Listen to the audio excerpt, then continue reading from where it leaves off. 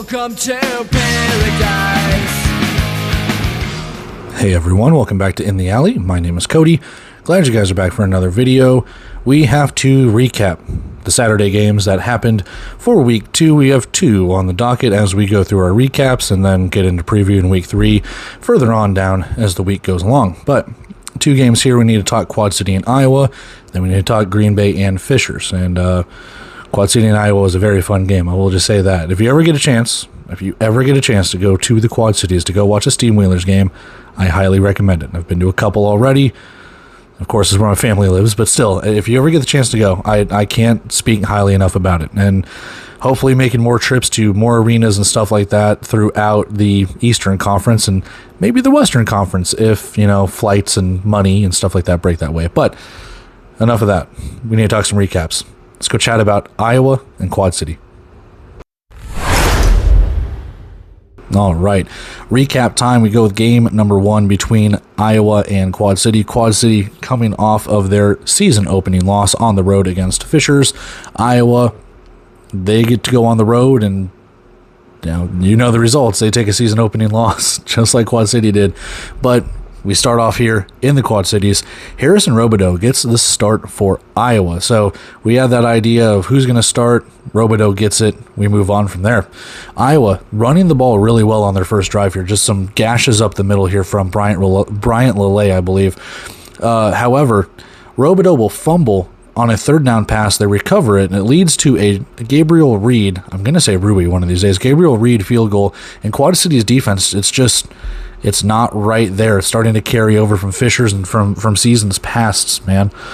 Short kickoff leads to Keon Williams fumbling and Iowa recovering, and I'm going home after that. I'm just sad, which I'm glad I didn't. But Quad City penalty gives Iowa a new set of downs on third down close into the end zone. Bryant Lele, open catch, and into the end zone he goes. Touchdown Iowa.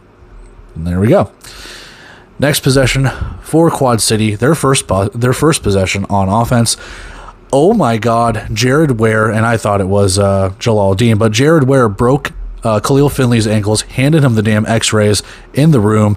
Crossing route, touchdown. Go watch it. Go watch that highlight. It's plastered all over. The juke that Jared Ware had, just incredible, man. Jan Bogdan misses the extra point. You're in the doghouse, brother. You're in the doghouse. Snap hits Robideau in the face mask. Next position for Iowa. Snap hits Robideau in the face mask. Fumble recovered by Abelarinwa. Quad City takes over. Daquan Neal, touchdown. That's it. That's all I wrote down for the note. That's it. Daquan Neal, touchdown. That's what he does. It's really good. Jan makes the extra point. You're out of the doghouse, bud. Quad City defensive line now getting into the backfield a lot as the game goes along. Iowa, they kind of abandoned the run here, and Quad City started kind of just getting in time and time again. So what was the first possession, maybe first couple of possessions of Iowa running the ball and kind of gashing up the middle, Quad City shut that down. Third down underthrown for Iowa. Robideau's arm, it's not connecting. I don't know if I have it further down in the notes, but at one point he was 3 for 9. 2 of those completions were touchdowns. So everything else, he was not hitting. Reed hits another field goal for Iowa. Keon Williams, wide open. It's only a matter of time for that guy. Touchdown, Quad City. Ivan Corbin, I'd noticed he was on the opening kickoff on special teams, and he catches a pass. They've got him all over the field doing anything like that. So maybe not a true designated backup quarterback, but if he can get on the field, kudos to him. Kevin Ransom, good at football, has a nice pass breakup. So far this season, Kevin Ransom's been a very good signing for Quad City. Kevin Ransom, good at football. He now has an interception to go along with it. Dude had one hell of a game. Sidearm pass to Kevon Rudd, and he is not in. No, he's in ref. That he was in, but after a challenge, Quad City doesn't get the touchdown until the next play. Take that, ref, loser. One play, one touchdown. Curtis Ravenel wide open in the end zone, and Robideau finds him. So all of that talk about Robideau's arm, he can launch it, so he can connect it. Jan Bogdan, redemption field goal. It's 30-18 at this point as we reach halftime. Steam Wheelers with the lead. Coming out of the half, we have a big third down catch for Keon Williams. An Iowa player gets hurt, and the arena's playing Walk It Out by DJ Onk. Whether that's intentional or not, I do like it. So if it is petty, I see you. And then what a play from Daquan Neal to Trenton Barnes. It's a touchdown for Quad City. Jan Bogdan hits a deuce. You are fully out of the doghouse, my man. Like I said, don't overreact too much, man. It's one game. You had to get him a little bit more practice. He's coming around. Iowa's aided by penalties on this drive has Robideau find DeMonte Martin for a touchdown. Iowa's not going away just yet. Neal throws deep. He gets picked off. Quad City forces a 3-and-out on that next Iowa drive. Field goal is no good by Reed. Quad City takes over.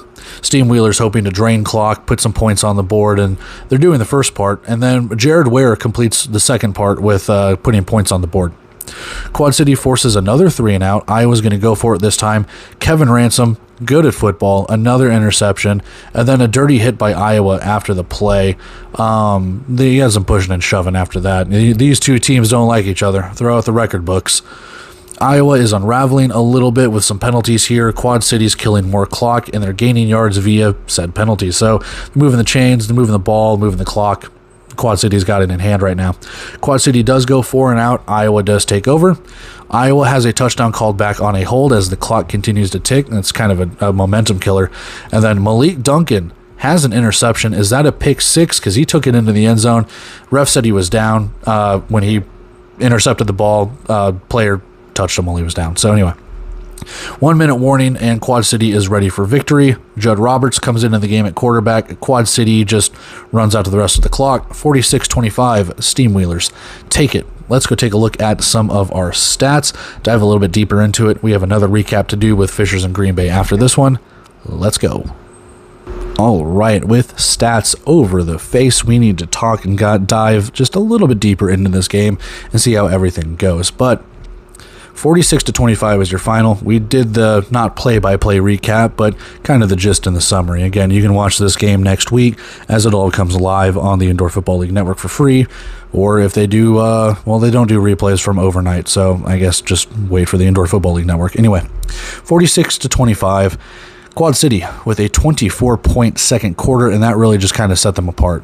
Another kind of slow start for the Steam Wheelers. They are losing 9-0 until they get their touchdown, and then they just kind of break it open. And you just don't want to live like that every single week as a team. Slow starts, trying to crawl back into it, trying to do what they can. But the defense came alive, the offense came alive, and overall a very, very good game for Quad City. I expected a little bit more from Iowa, I'll be honest with you.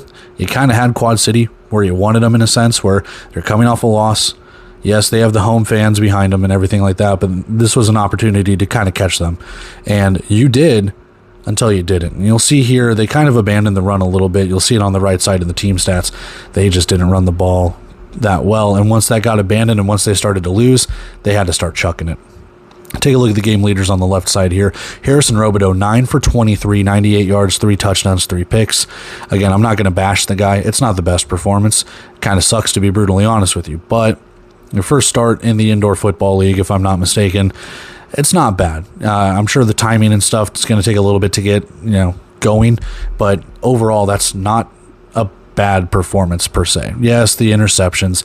Yes, at one point he was 3 for 9 and only 2 of those completions were for touchdowns, but still he threw 3 touchdowns. I think those were all 3 of their touchdowns, and they had a couple field goals too. So all in all, not bad. He is also your leading rusher, 4 carries for 16 yards. And then Curtis Ravenel, 5 catches, so he was the guy to go to. 5 catches, 72 yards, and 1 touchdown. So maybe him and Robideau are trying to get some chemistry built right there. Daquan Neal, again, not the best day at the office when it comes to passing. 11 of 22, 149 yards, 4 touchdowns. So practically 1 every 3 throws was a touchdown. 1 interception. He's your leading rusher as well. 4 carries, 22 yards, and 1 rushing touchdown. And Jared Ware, your running back, is your leading receiver. 4 catches, 55 yards, and 2 touchdowns. And this is something I mentioned last week. You need more players to get involved besides Keon Williams, and they did. So I had a couple of catches for Jaleel Dean. Williams was obviously there too to make plays. Jared Ware was there. Kevon Rudd even made a catch or 2, if I'm not mistaken. Now, I don't know how many catches Jordan Vesey has off the top of my head, but there's someone that needs to get into this game. Calling you out right now, bud. We need to see a little bit more from Jordan Vesey because he's been kind of quiet in these 2 weeks. Take a look at the team stats on the right side.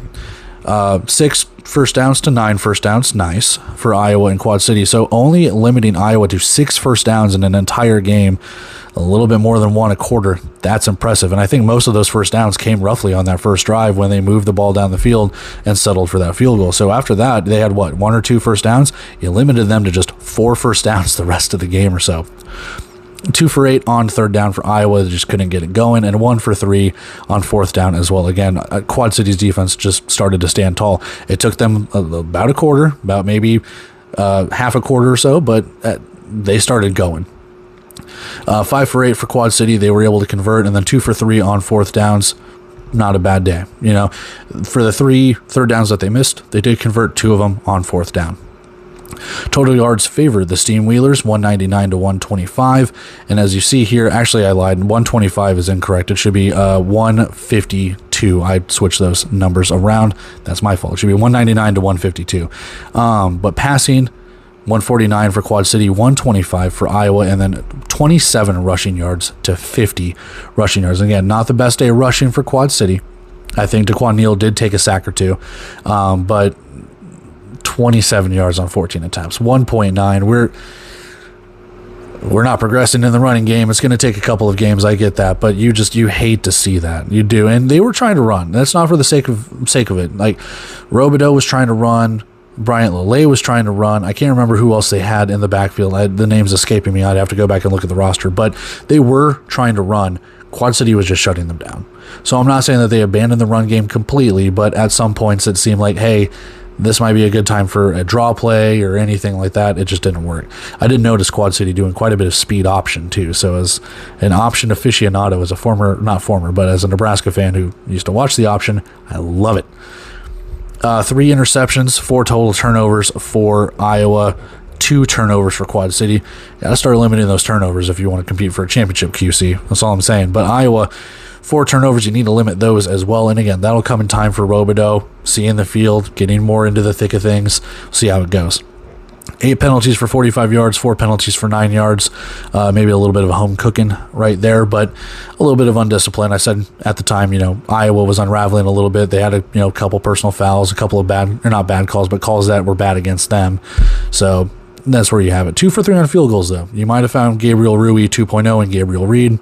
There you have it. But all in all, it's not bad for the first game for Iowa. There's definitely, obviously, a lot to learn. You'd love to win that game, but you got shut out in the fourth quarter. You couldn't score. You couldn't move the ball a lot, and Quad City kind of smothered you at times, it seemed. You were able to hit some deep shots. You did have that one big play to Ravenel for the touchdown. You did have the touchdown to start the game to really go up 9-0. But in between those, Quad City had the momentum. That Ravenel touchdown kind of took it away a little bit, and then they just built it back. So a lot to learn, and a lot to learn for Quad City as well. That's a team that, and that is a team that, while they did win and it did look impressive, still a lot left to be desired, all things considered. So that's where we have it this one. Let's go take a look and see if we won our bet, and then we'll move on to recap number 2. It was never, ever in doubt. Go spend that money. All right, we need to recap Green Bay and Fishers. Now, I'm hoping I have all of this stuff in order because I had 2 notes apps going at once, and one was for Green Bay and Fishers. The other was Quad City and Iowa, as I was watching both games. And as I was leaving the Quad City game and then leaving a bar waiting for an Uber, I was having to switch from the app of watching this game to the notes app to try and make sure everything's right. And part of it was on the Quad City and Iowa one, so having to copy and paste, yada, yada, yada. If it's not there, just bear with me. I should have done this before, but off the dome, baby. I don't know any better. Let's dig in. Green Bay, first drive. They make it look easy. 4 plays.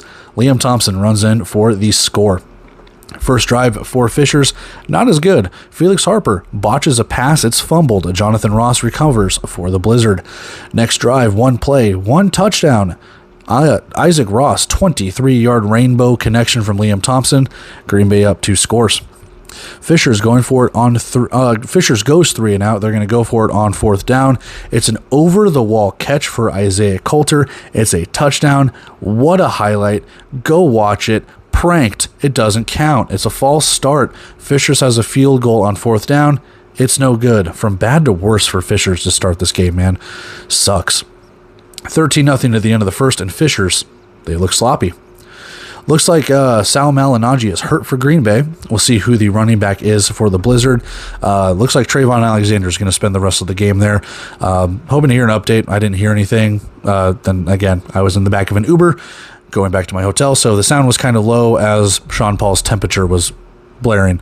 Great song, by the way. Liam Thompson takes off. Green Bay scores again. It is 20-0 Blizzard.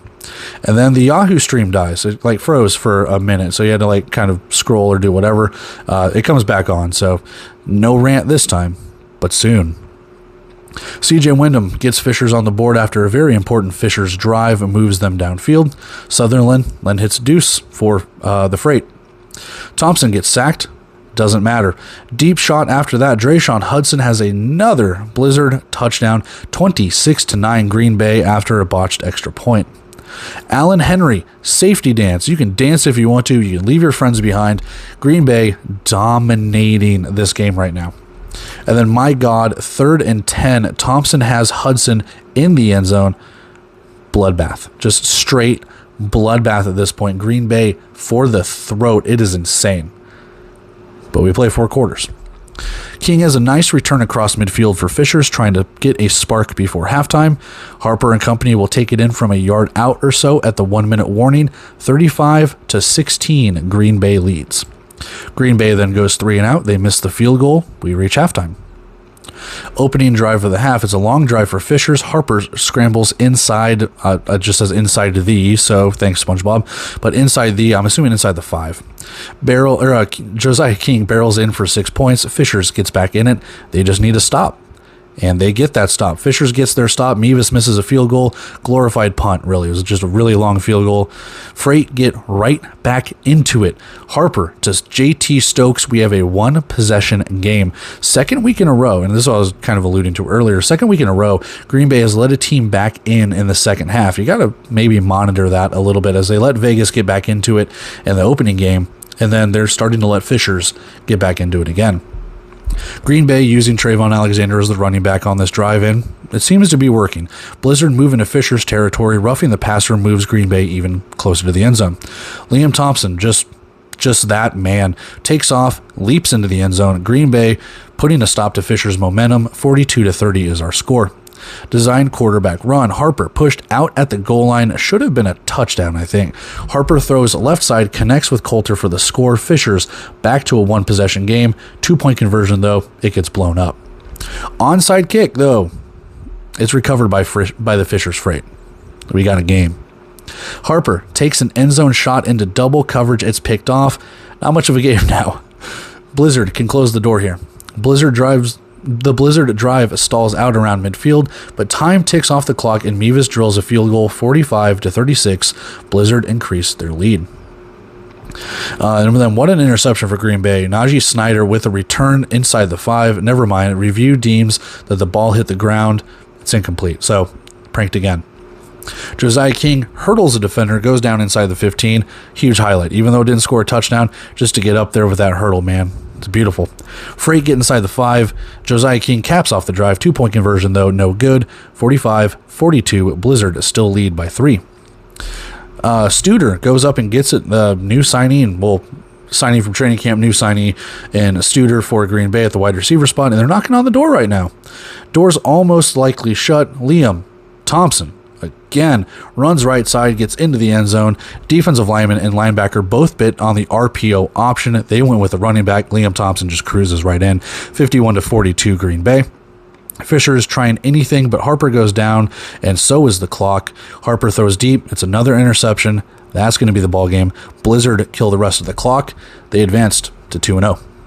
Let's go take a look at the stats, dive a little bit deeper into this. We'll take a look at our bet, wrap everything up. We get out of here. All right, with stats over the face. Like I mentioned at one of the notes, this was a huge opening game for Green Bay in the first half, and then they let Fishers trickle right back into it. So they were still able to pull out the victory, but these two games have signified to me that Green Bay, they can start off hot, whether it's the scripted plays or the turnovers, or the defense, or whatever the case could be. Then they're just kind of putting it on cruise control. Yes, they kind of went for the throat there at the end, but at the same time, you got it within a 3-point game. Last week, you had Vegas leading 35-30. And if you're going to be all 4 quarters, you got to make it all 4 quarters through the blizzard. And I know they're going to try and fix that in the coming weeks and stuff like that. For the Freight, you played your ass off, man, and the mistakes easily showed. And it's kind of the same thing with Vegas. I'm not saying that Fishers deserve to win this game, but you beat yourself. You had opportunities to get back into it. You had opportunities to really just kind of take leads and, not step on rakes, and you stepped on the rakes. You see the score at the above. Like I said, just kind of a bloodbath going into that first half, and it's already 36-16. You led 13-0 at the end of the first quarter, and then again you see that second half where you only scored 16 points if you're Green Bay, and you let Fishers get back into it. And again, it was close, 45-42 at one point, until you scored eventually that final touchdown. Taking a look at the game leaders on the left side here, Felix Harper, 15 of 23, 154 yards passing, 3 touchdowns, 2 interceptions. He's your leading rusher for the Freight as well, 11 carries, 34 yards, and 1 touchdown. CJ Wyndham rounds it out as your receiving leader, 5 catches, 55 yards, 1 receiving touchdown. And then over to the Green Bay side, 8 for 20 for Liam Thompson, 141 yards, 3 passing touchdowns. He is your rushing leader as well. 15 carries, 85 yards, 4 rushing touchdowns for the man. Drayshawn Hudson will round it out for the Green Bay side in the receiving category. 2 catches, 65 yards, 2 touchdowns. So overall, a very good offensive performance for Liam Thompson, probably heading to his second indoor football player of the week honors. Felix Harper, for the most part, he played great too. I mean, almost 200 total yards, and then obviously over 200 total yards for Liam Thompson. But taking a look at the team stats on the right side, 14 first downs for Fishers, as they had to kind of play catch up. Third down kind of let them down, 2 for 5 and 1 for 2. And Green Bay kind of thrived a little bit. 9 first downs, 6 for 9 on third downs, and 1 for 3 on fourth down. So you look at the total first downs, they were kind of living and dying in that third and fourth down territory, and they were able to convert 7 of their 9 first downs on third and fourth down. So Fishers was able to move the ball, and then once they got into third and fourth down, they had trouble converting. Green Bay, they were converting on third and fourth down. Total yards, 244 to 217 in favor of the Blizzard. Fishers actually outran them, but Fishers outpassed them, but Green Bay outran them. You look there, we talked to the stats with Felix Harper and Liam Thompson, so not really much to rehash there, except obviously the 2 interceptions for Harper there, kind of making a little bit of a difference. Looking at the rushing stats, similar in the amount of attempts, but obviously not similar in the terms of yardage. Liam Thompson putting the team on his back, and then obviously Trayvon Alexander and what little bit you got out of Malignaggi before he got hurt. So Liam Thompson, again, putting the team on his back when it came to rushing. We'll see what goes on with Green Bay in the coming weeks with how detrimental Malignaggi's injury is to the team. If they go and sign another running back, what do they do? It remains to be seen. But I think they have a bye week after this. Maybe that's another week for Malignaggi to heal up. We'll see. Field goals, 0 for 1 for Fishers, 1 for 3 for Green Bay. Penalties, a little bit of home cooking. Only 2 penalties for 10 yards. I don't know, man. Andrew Carter's always holding, so they got away. I'm just kidding. You got to make those jokes. No, it's, you can say home cooking, whatever. I don't blame the refs, but 7 penalties for 47 yards. It's what I alluded to. Just mistake after mistake after mistake. That Fishers just mental. It's all in there. Limit those things. And who knows, maybe the score is completely different here. Turnovers, 3 to none. And again, more mental mistakes. 1 fumble lost, which is Jonathan Ross recovering that fumble, and then the 2 picks thrown by Felix Harper. Those are points that Green Bay scored. It turned into points, man, and that could have been the difference. It's a 9-point game.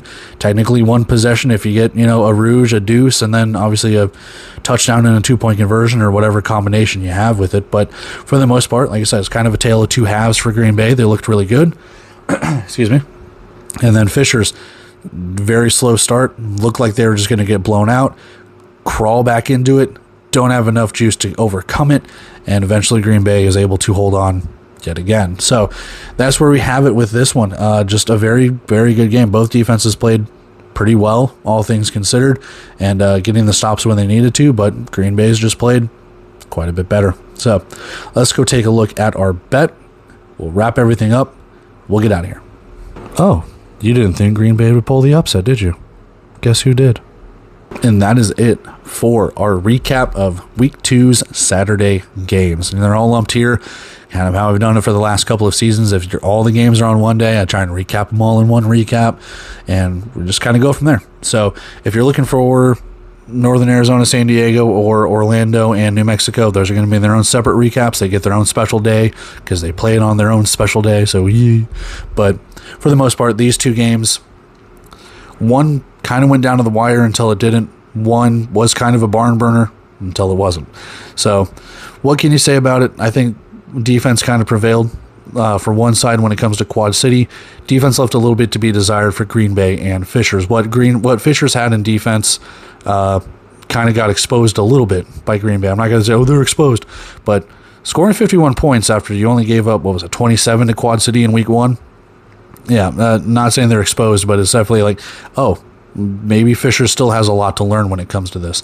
Same thing with Green Bay. They gave up 42 this week. They gave up 35 last week.